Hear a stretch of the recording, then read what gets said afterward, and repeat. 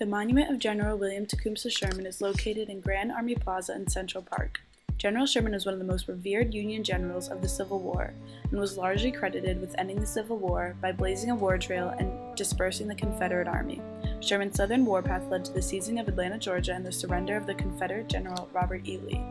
After Sherman's death, the piece was commissioned by members of the City Chamber of Commerce, many of whom were his close friends. The monument was the last great work of sculptor Augustus St. Gaudens. The monument was unveiled on Memorial Day 1903 and was a widely praised piece. The William Tecumseh Sherman Monument is a crowning achievement of the City Beautiful movement that symbolizes the valor of Sherman and the Union, and whose renovations represent the debate between age value and newness value. Over 3 dozen Civil War monuments are scattered across New York City. The best examples honor the commanders of Union forces. The Civil War memorials coincide with the flowering of American sculpture, known as the Golden Age, and the City Beautiful movement. Gaudens was a preeminent sculptor of the Gilded Age of American art, and with the Sherman statue, Gaudens wanted to promote the aesthetic ideal of the City Beautiful movement. The movement began at the end of the 19th century, a time when cities were overcrowded, poor, and full of badly built infrastructure. Systematic urban planning and beautification were used to try to address urban problems. This resulted in the building of well-designed and carefully arranged buildings embellished by public monuments and parks. Sculptors claim that monuments placed in public could serve to improve the morals of citizens through the portrayal of uplifting and inspiring subject matter using classical style and technique, the traditional European combo of art and architecture, but with the American sensibility, often inspired the style of these sculptures. This aesthetic ideal is apparent in the structure and form of the General Sherman Monument.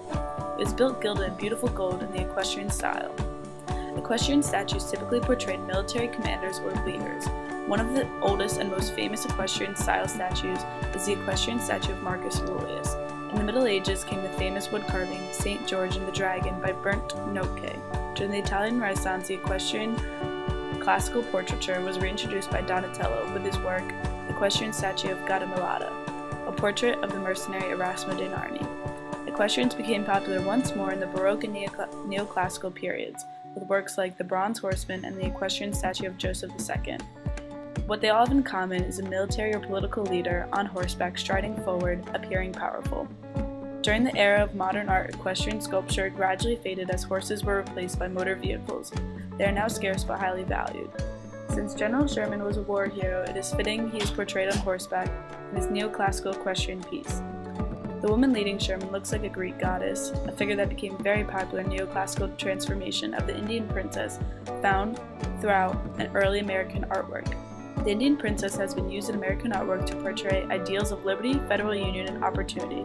During the neoclassical movement, artists borrowed from Greco-Roman mythology by using old figures to create new ones, representing the United States. The plumaged Greek goddess is really just an Indian princess who traded eagle feathers for ostrich plumes worn in a bonnet and is wearing a Greco-Roman robe.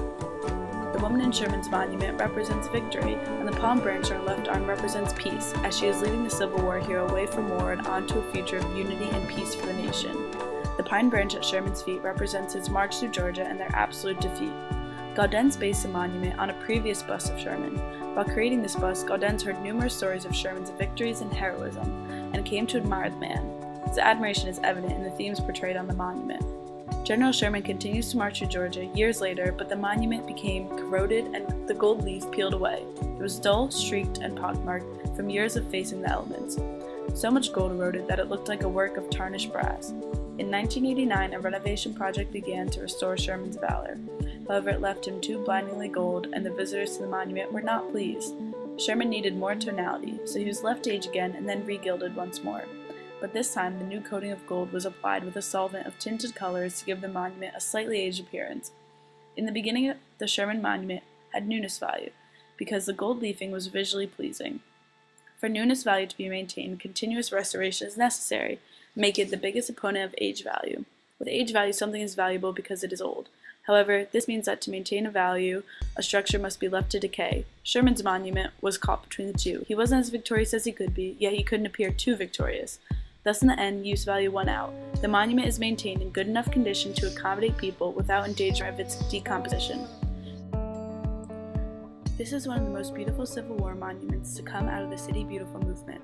Sherman's valor and legend are represented through his likeness on horseback, while the theme of the Union's larger victory as a whole over the Confederacy is represented through the allegorical theme of the goddess leading Sherman forward.